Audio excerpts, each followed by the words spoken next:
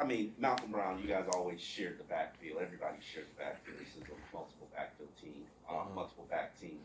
But now with him gone, do you feel more pressure or more opportunity this year? Um, I feel for Malcolm.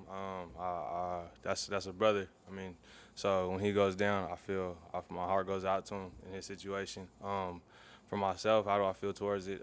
Just keep on playing for Savon and myself. Just take on that workload and just kind of execute, do it for him. We still talk to him about how he sees things when watching film, stuff like that. So I mean, it is what it is. It's football, but just kind of keep it going, keep it rolling. Like you and Ahmed have made a career taking advantage of opportunities that have been presented to you. This year, you haven't really had the opportunity to be a featured weapon. Do you feel like that's coming for you? Yeah.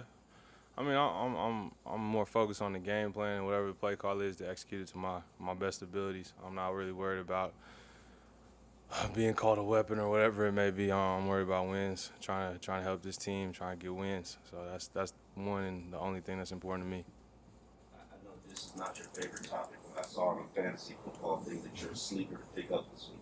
I could care less about fantasy. I really could. Just that's somebody else's game. That ain't Where mine. did the hatred for fantasy come from? I don't have hatred for fantasy. It's just like pickleball or something. I don't play it, so I don't have very little cares for it. So you never played fantasy growing up because you grew up in the fantasy football age. Nah, I'm into real sports. I'm into real things.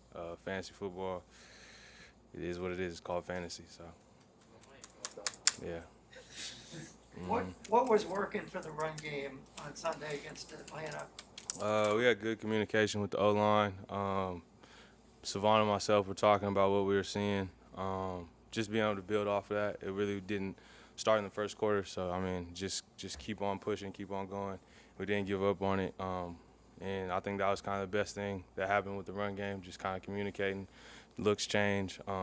Things that you practice during the week might not come up, and it might be a totally different look. And I think we were able to capitalize on that and just kind of help each other. The line, obviously, the receivers out there blocking. Everybody was doing their job. So Is that something? I mean, who do you communicate with? Your position coach, the offensive linemen themselves? mixture of both. Definitely go walk over to the alignment. Hey, what you guys seeing? What you guys feeling?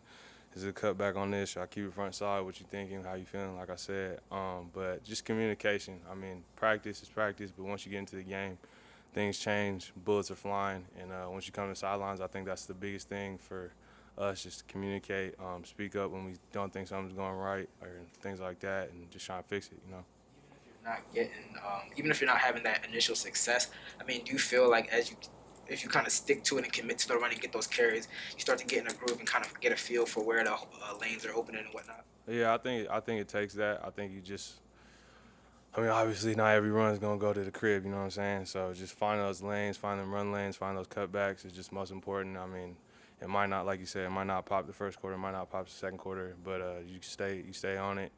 Obviously, depending on what the game looks like, if you're down by a lot, you're gonna have to air it out, whatever, you know. But if the time comes where you can keep just pounding the rock, just keep doing it.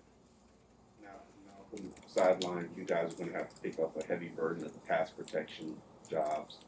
Um, how much pride do you take in trying to change that perception of you? I'll probably always take pride in that, or I will always take pride in that. Just like I've said multiple times, just being a smaller guy. Just you gotta be able to really throw yourself in there, not hold back. Just I mean those guys are 220 and above, you know. So those linebackers you gotta take on head up. So I mean just a lot of it's heart, a lot of it's belief, a lot of it's aggression. So I mean you can coach technique and all that stuff, but it all starts with your heart. And I feel like just give Tua whoever's back there the time they need to make the right throws, make the right decisions. So yeah.